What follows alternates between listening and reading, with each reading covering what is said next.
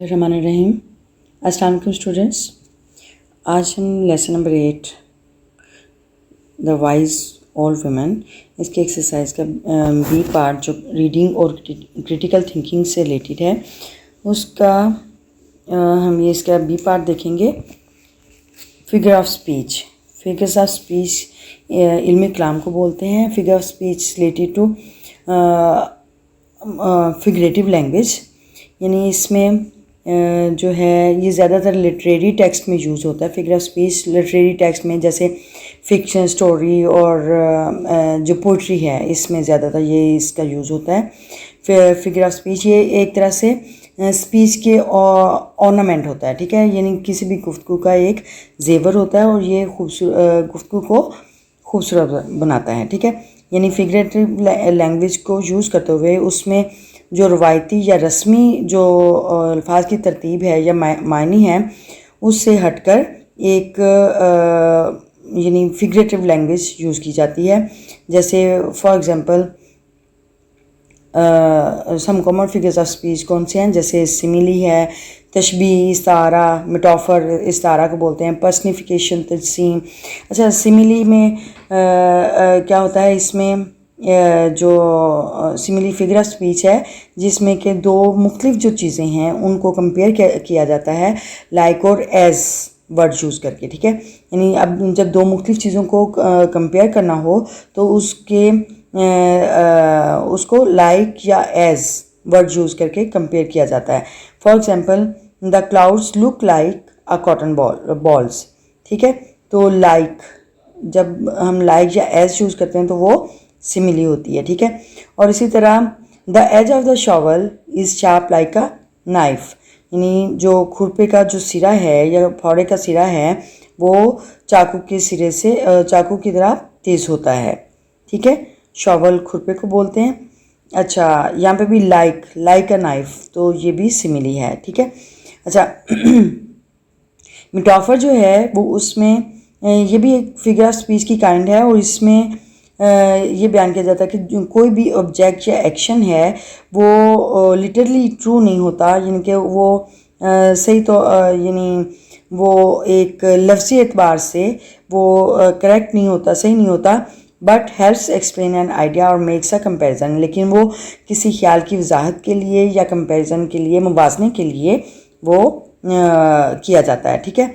For example love is a battlefield, मोहब्बत जो है वो एक मैदान जंग है। Baby you are a firework, baby आप एक आतिशबाजी हो, यानी कि फुलझड़ी या आतिशबाजी जो भी उसमें फायरवर्क आतिशबाजी में आ जाता है, उसमें कोई भी आतिशबाजी का कोई भी वो किस्म हो सकती है, ठीक है।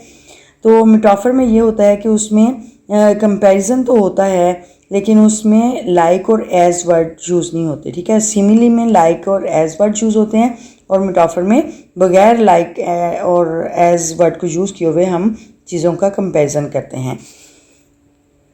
इसी तरह पर्सनिफिकेशन है। पर्सनिफिकेशन तस्सीम को बोलते हैं, यानी कोई भी जो चीज़ें हैं इंसानों की जो खसूसियात हैं वो यानी बेजान चीज़ों में या एनिमल्स में उसको इंसानी खसूसियात या इंसानी वस्फ के तौर पर उनको बयान करना, ठीक है। तो उसको पर्सनिफिकेशन बोलते हैं, यानी वो चीज़ें जो बेजान हों और यानी बेजान चीज़ें हों, जानवर हों और उनमें वो यानी इंसानों वाली खसूसियात हों, ठीक है। जैसे वो इंसानों की तरह मुस्कुराएं, वो इंसानों की तरह सांस लें, बातें करें, लड़ें, ऐसे, यानी कि वो यानी इंसानों वाली जो ह्यूमन ट्रेट्स हैं वो उसमें हो तो उसे पर्सनिफिकेशन बोलते हैं। नेक्स्ट है hyperbole. Hyperbole mean over extravagant exaggeration, यानी कि बहुत ज़्यादा, हद से ज़्यादा तारीफ़ की गई, उसको हाइपरबोली बोलते हैं, यानी कि बहुत ज़्यादा तारीफ़ की गई। और एंड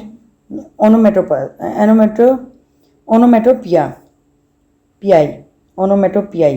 अच्छा, ओनोमेटोपियाई किससे रिलेटेड है कि ये इसमें जो भी जो फितरी आवाज़ें होती हैं, जैसे that is use to sound of a bird और इनिशिएट द नेचुरल साउंड्स, यानी कि जो उसकी जो नेचुरल साउंड्स होती हैं उसके तो उसको यूज़ करते हुए किसी का नाम रखना या किसी लफ्ज़ को, किसी ऑब्जेक्ट को या एक्शन को उसके तौर पर बुलाना, ठीक है।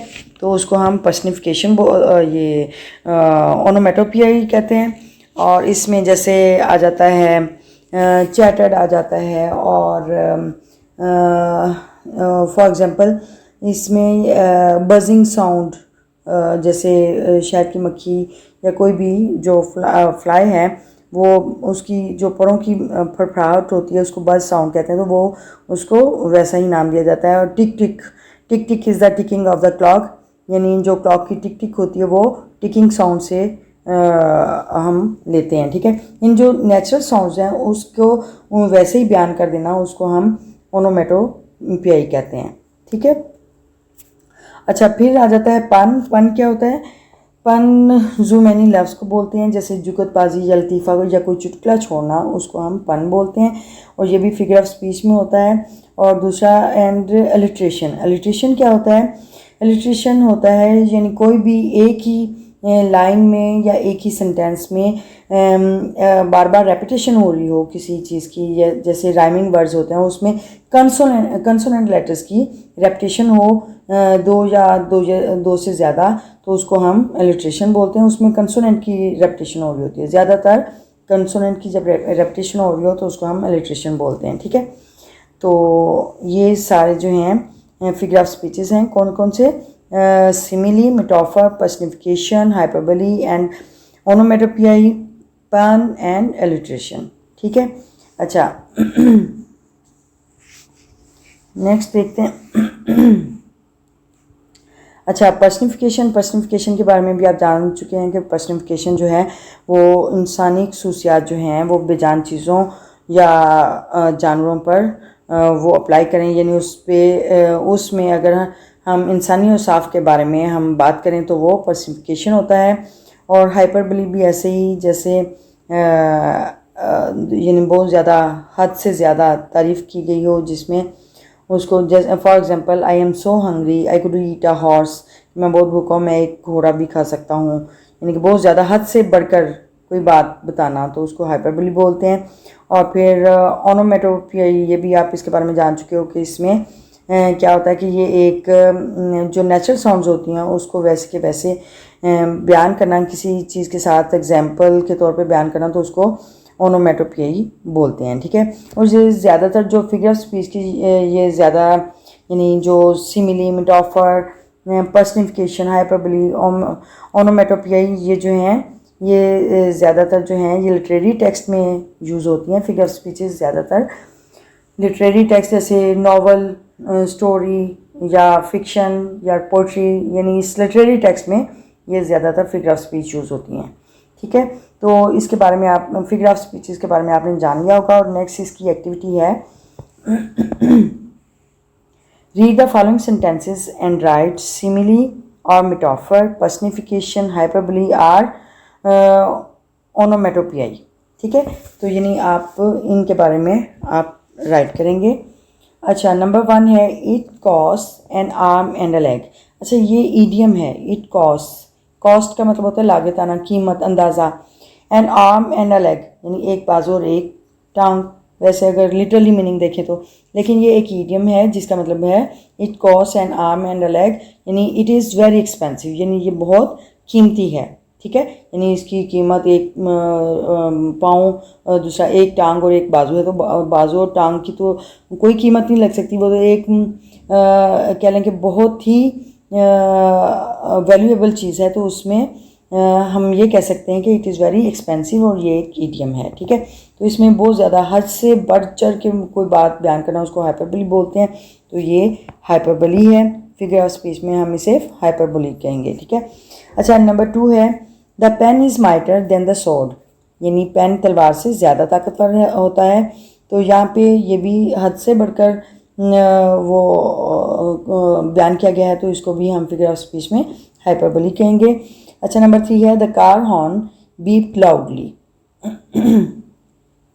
यानी कार का जो हॉर्न है वो उसकी जो ज़ोर से आवाज़ बीप की आवाज़ आती है, ठीक है। यानी कार के हॉर्न की आवाज़ बीप लाउडली जो आवाज़ है वो बीप की आती है, तो वो ये ओनोमेटोपिया है। यानी इसमें जो जो नेचुरल साउंड है, कार के हॉर्न की नेचुरल साउंड है बीप बीप बीप, यानी वो उसको वैसे का वैसे हमने बयान कर देना है, तो उसको हम फिगर ऑफ स्पीच में ओनोमेटोपिया ही बोलते हैं। अच्छा, नंबर 4 है Hamza is as brave as a lion, यानी हमज़ा इतना बहादुर है जितना कि शेर। और यहाँ पे एज आया है, तो जब हम एज या लाइक वर्ड यूज़ करते हैं तो वो सिमिली होता है, तो ये फिगर ऑफ स्पीच में हम इसको सिमिली राइट करेंगे। अच्छा, नंबर 5 है द हाउस वाज अ जू, घर जो है वो एक चिड़ियाघर था, यानी एक तरह से कंपेयर किया है घर को चिड़ियाघर से, वो इशारा दिया है, तो ये एक मेटाफर है, यानी घर को एक चिड़ियाघर के तौर पर पेश किया है। तो नंबर 6 है Maria is like an angel, Maria एक फरिश्ते की तरह है। तो लाइक एन एंजल, जहाँ पे लाइक या एज वर्ड यूज़ होते हैं वो सिमिली होता है, तो फिगर ऑफ स्पीच में हम इसे सिमिली राइट करेंगे। अच्छा, नंबर 7 है my teeth chattered as I stood in the snow, जैसे मैं बाहर बर्फबारी में जाती हूँ तो मेरे दांत बजने लगते हैं, मेरे दांत बजे। चैटर्ड सेकंड फॉर्म है चैटर की, तो चैटर जो है वो चैटर, माई टीथ चैटर्ड, ये साउंड होती है। तो वो जो परिंदों की जैसे चूच कार करना, तो वो भी ये चैटर्ड साउंड में आता है। ये जो ये एक कह लें कि नेचुरल साउंड है, तो इसको भी हम ओनोमेटोपिया कहेंगे, ठीक है, फिगर ऑफ स्पीच में। नंबर 8 है you can hear the trees whisper in the dark, यहाँ पे देखिए यू कैन हियर, आप सुन सकते हैं ट्रीज विस्पर, दरख्तों को सरगोशियाँ करते हुए इन द डार्क, अंधेरे में, यानी कि आप रात की तारीकी में या अंधेरे में दरख्तों को सरगोशी करते हुए सुन सकते हैं। तो ये सरगोशी जो है ये एक इंसानी ट्रेट है, ह्यूमन ट्रेट है। तो ये जब इंसानी जो ह्यूमन ट्रेट को किसी बेजान चीज़ या जानवर के साथ कंपेयर किया जाए तो उसको हम फिगर ऑफ स्पीच में उसको पर्सनिफिकेशन बोलते हैं, ठीक है। उर्दू में इसको तस्सीम बोलते हैं और इंग्लिश में इसको पर्सनिफिकेशन बोलते हैं। ये फिगर ऑफ स्पीच की एक काइंड है। अच्छा, नंबर 9 है the sun is shining brightly, सूरज बहुत यानी दक्षा तौर पर बहुत चमकदार तरीके से चमक रहा है। तो ये भी एक यानी ब्राइटली बहुत रोशन तरीके से, बहुत दक्षा तौर पर, दक्षा चमकता हुआ, ठीक है। तो ये भी एक पर्सनिफिकेशन है फिगर ऑफ स्पीच में, यानी ह्यूमन ट्रेट को उसके साथ बयान किया है, ठीक है। अच्छा, नंबर 10 है the leaves crunched under my feet walking through the woods. अच्छा, यहाँ पे लीव्स क्रंच्ड यानी पत्ते चरचराए अंडर माई फीट, मेरे कदमों के नीचे, मेरे कदमों के तले, वॉकिंग थ्रू द वुड्स, जंगल में सैर करते हुए, जंगल में चलते हुए, यानी वुड्स यहाँ पे जंगल के तौर पे लिया गया है। इन जंगल में चलते हुए जो मेरे पाँव के नीचे पत्ते चुरमुरा रहे थे या चरचरा रहे थे, तो उसको ये जो क्रंच साउंड है उसको हम, ये जो एक नेचुरल साउंड है उसको हम फिगर ऑफ स्पीच में ओनोमेटोपिया कहेंगे। अच्छा, नंबर 11 है life is like a box of chocolates, ज़िंदगी एक चॉकलेट के बॉक्स की मानंद है। तो ये लाइक कंपेयर किया गया है बॉक्स ऑफ चॉकलेट से लाइफ को, तो ये एक सिमिली है। अच्छा, नंबर 12 है the snow seems like a white blanket, बर्फबारी दिखाई दे रही थी या मालूम हो रही थी जैसे कि एक सफ़ेद कंबल, ठीक है। तो यहाँ पे वाइट ब्लैंकेट के साथ स्नो को कंपेयर किया गया है लाइक का वर्ड यूज़ करते हुए, तो ये एक सिमिली है, ठीक है। Number 13 the window panes were talking as the wind blew through them, यानी जो विंडो के खिड़की के शीशे थे वो आपस में बातें कर रहे थे जैसे कि जब हवा उनके बीच में से गुजरती। तो ये भी ज़ाहिर है खिड़की के जो शीशे हैं वो बातें नहीं कर सकते हैं, तो ये एक ह्यूमन ट्रेट को एग्जाम्पलीफाई किया है। तो ये पर्सनिफिकेशन है, फिगर ऑफ स्पीच में इसको पर्सनिफिकेशन बोलते हैं। Number 14 her eyes were like diamonds, यानी उसकी आंखें हीरों की मानद हैं, हीरे की तरह की हैं। तो ये लाइक डायमंड्स, तो यहाँ पे जब हम लाइक या एज वर्ड यूज़ करते हैं, लाइक या एज को हम यूज़ करते हैं, तो ये सिमिली होता है फिगर ऑफ स्पीच में। अच्छा, नंबर 15 है this is the best book ever written. ये बुक सबसे बेहतरीन लिखी गई है। तो ये भी एक तरह से हद से बढ़कर बयान की गई हुई बात है, यानी कि बहुत ज़्यादा एग्जैजरेट करके कोई बात बताई गई है तो उसको हम हाइपरबोली बोलते हैं, यानी हद से ज़्यादा किसी चीज़ की तारीफ़ करना उसको हम फिगर ऑफ स्पीच में हाइपरबोली बोलते हैं। ठीक है, तो ये फिगर ऑफ स्पीच की एक्टिविटी कंप्लीट हुई। नेक्स्ट देखते हैं। अच्छा, यहाँ पे फैक्ट एंड ओपिनियन। अच्छा, फैक्ट्स क्या होते हैं एंड ओपिनियन क्या होते हैं? फैक्ट्स ये होते हैं जो ऑब्जर्वेशन एंड रिसर्च पर बेस करते हों, यानी जिसमें मुशाहदा और तहकीक की गई हो उसको हम फैक्ट बोलते हैं। यानी वो प्रूव हो किसी चीज़ से, हम उसको अगर कोई बात बयान की है तो उसको हम प्रूव कर सकते हैं कि ये ट्रू और फॉल्स हो सकती है। ठीक है, a fact is simply something that can be proven true और फॉल्स, यानी जो फैक्ट है उसको सिंपली हम ट्रू और फॉल्स के तौर पर प्रूव कर सकते हैं, तो वो उसको हम फैक्ट बोलते हैं। For example, it is raining now, अब बारिश हो रही है, यानी मैं उसे बारिश हो रही है मैं उसे देख सकती हूँ और प्रूव भी कर सकती हूँ कि बाकी बारिश हो रही है, तो so it is a fact. ठीक है। अच्छा, ओपिनियन का होता है, यानी फैक्ट और ओपिनियन में बुनियादी फ़र्क जो है वो फीलिंग और थिंकिंग का है। यानी जो फैक्ट है वो ऑब्जर्वेशन और रिसर्च पे होती है, और जो ओपिनियन है वो किसी शख्स की ज़ाती ओपिनियन, वो दूसरा ज़ाती फीलिंग्स और थिंकिंग हो सकती है। ठीक है, यानी एक इंसान की, एक शख्स की सोच और उसके जज्बात जो होते हैं वो इस पर बेस करते हैं, उसको ओपिनियन बोलते हैं। और ओपिनियन जो है उसको हम प्रूव नहीं कर सकते कि ये ट्रू है या फॉल्स है। ठीक है, और इसमें for example, I think it is going to rain, मेरा ख्याल है बारिश होने वाली है, तो मेरा ख्याल है बारिश होने वाली है, यानी इसको हम प्रूव नहीं कर सकते हो रही है या नहीं हो रही है। तो जो एक राय होगी, जो एक शख्स की अपनी बात होगी, उसको हम ओपिनियन बोलेंगे। ठीक है, sometimes languages used can be clue to an opinion. जो ज़्यादातर हमें पता चल जाता है कि ओपिनियन को हम कैसे डिफ़ाइन कर सकते हैं। ज़्यादातर जो सेंटेंसेस हैं, ओपिनियन वाले जो सेंटेंसेस हैं, उसमें ज़्यादातर ये यूज़ होता है I feel, I think, in my opinion, it has been claimed, never, always, it is wonderful, terrible, dreadful, यानी ये सारे जो वर्ड्स हैं ये ओपिनियन में यूज़ होते हैं। अच्छा, नेक्स्ट हम इसकी जो फैक्ट्स एंड ओपिनियन की जो एक्टिविटी है उसको हम देखते हैं।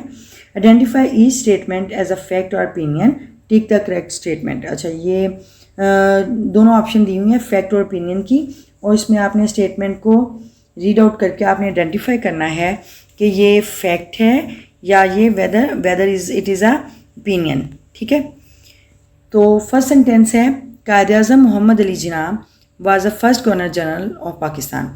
तो ये प्रूव है, ये ट्रू है, वाकई ये ऐसा ही है, तो ये फैक्ट है। ठीक है, यानी फैक्ट वो होता है जिसे हम प्रूव कर सकते हैं कि ये ट्रू और फॉल्स है, तो ये ट्रू है, तो ये हम इसको फैक्ट बोलेंगे। अच्छा, नंबर 2 है the scientific name of domestic cat is felis catus, यानी जो घरेलू जो बिल्लियाँ जो घर में पाली जाती हैं उनका साइंसी नाम जो है वो फेलिस कैटस है। तो ये एक ट्रू बात है, प्रूवन है, तो इसलिए हम इसको फैक्ट बोलेंगे। अच्छा, नंबर 3 है I think cat makes the best pets, can make the best pets, यानी मेरा ख्याल है कि बिल्लियाँ बेहतरीन पेट्स के तौर पे रखी जा सकती हैं। तो आई थिंक, जहाँ पे आई थिंक होगा वो एक ओपिनियन होगी, तो ये ओपिनियन है। अच्छा, number 4 young cats are called kittens, यानी छोटी जो बिल्लियाँ होती हैं उनको हम किटन्स बोलते हैं, किटन्स बुलाते हैं। तो ये भी एक प्रूवन बात है, तो ये ट्रू है, तो इसको हम फैक्ट बोलेंगे।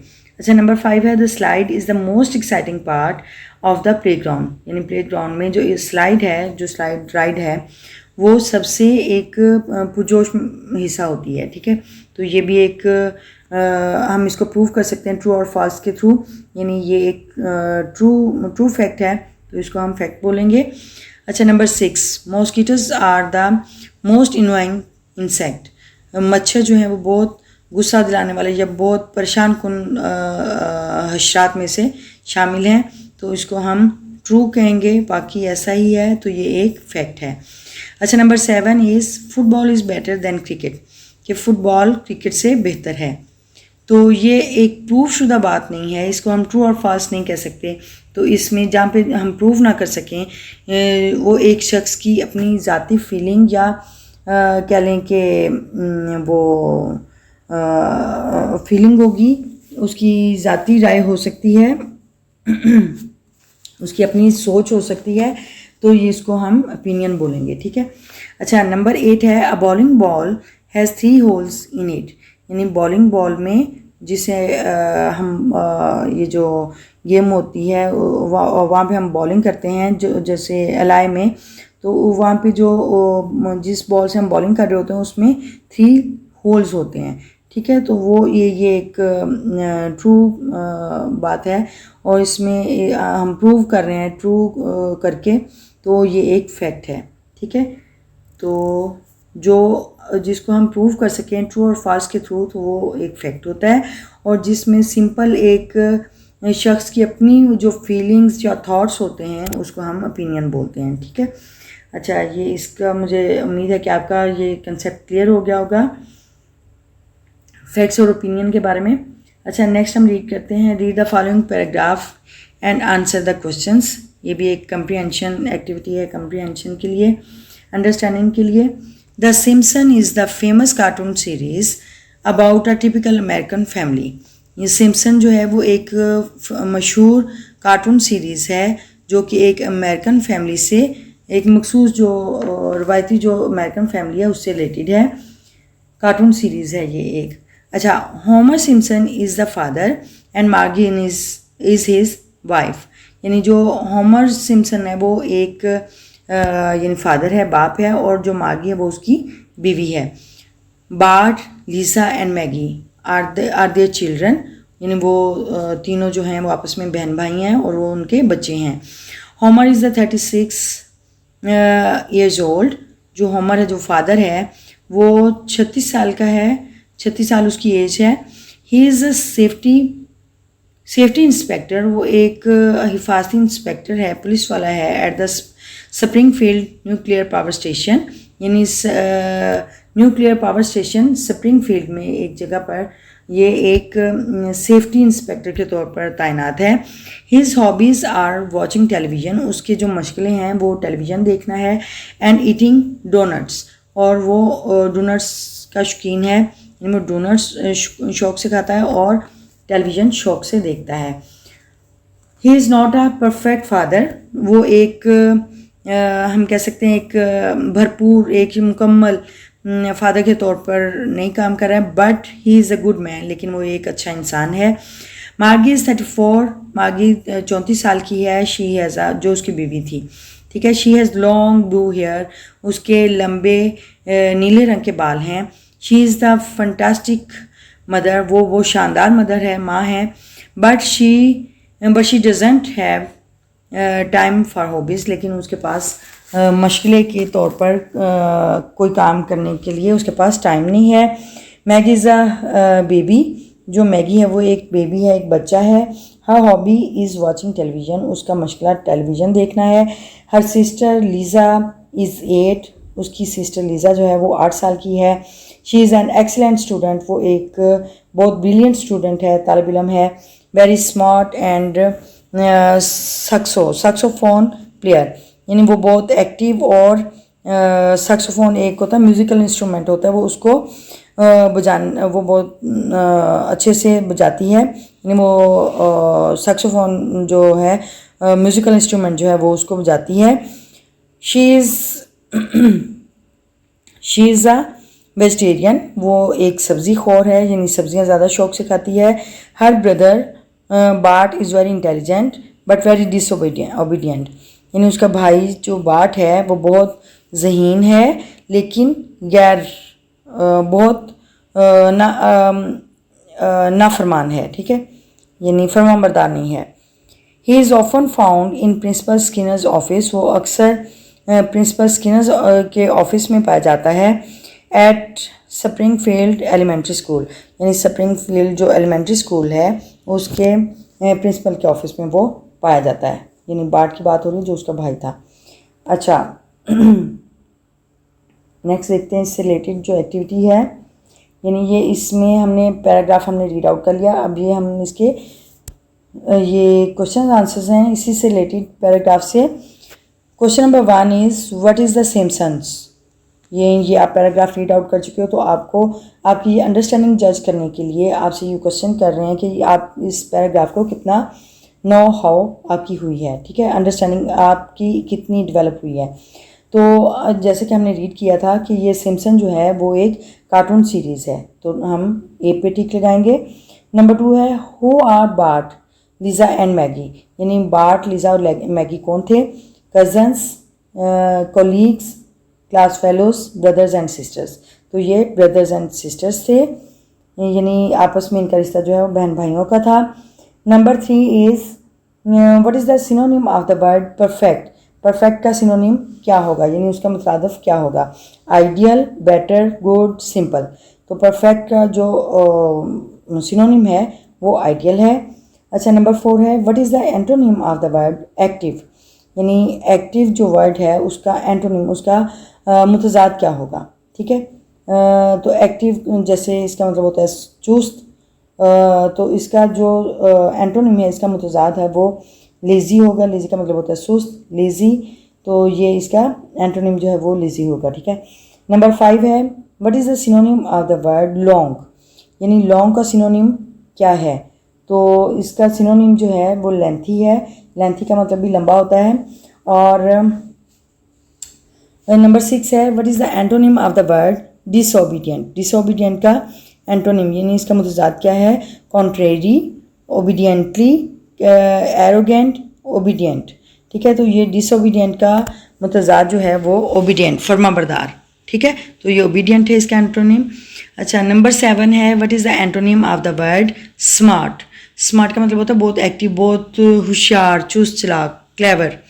अच्छा इसका एंटोनिम क्या होगा? Brilliant, clever, stupid, slim. अच्छा हमने इसका एंटोनिम देखना है, मुतजाद देखना है स्मार्ट का, तो इसका जो एंटोनिम है वो है स्टूपिड, बेवकूफ़, ठीक है।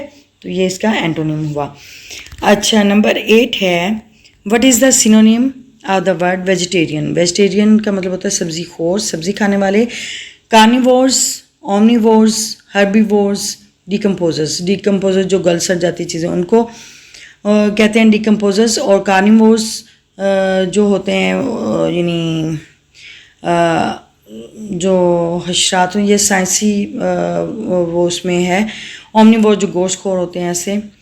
तो यहाँ पे हमने वेजिटेरियन को देखना है, तो वेजिटेरियन का जो सिनोनिम है वो है हर्बीवोर्स, ठीक है। तो यहाँ पे हमने ये जो पैराग्राफ था उससे रिलेटेड जो क्वेश्चन आंसर्स है उसको भी हमने ये यहाँ पे टिक आउट कर लिया है। अच्छा यहाँ पे हमारा जो बी पार्ट है रीडिंग एंड क्रिटिकल थिंकिंग का, वो हमारा पार्ट कंप्लीट हो गया है। And if you have learn something useful from this video, please like, comment and share the video and support my channel. And if you are the new one on this channel, please subscribe my channel, and don't forget press the bell icon button so you don't miss the new notification of new lesson. And remembers me in your prayers as you always, and be happy. See you soon in the next video. Till then, Allah Hafiz.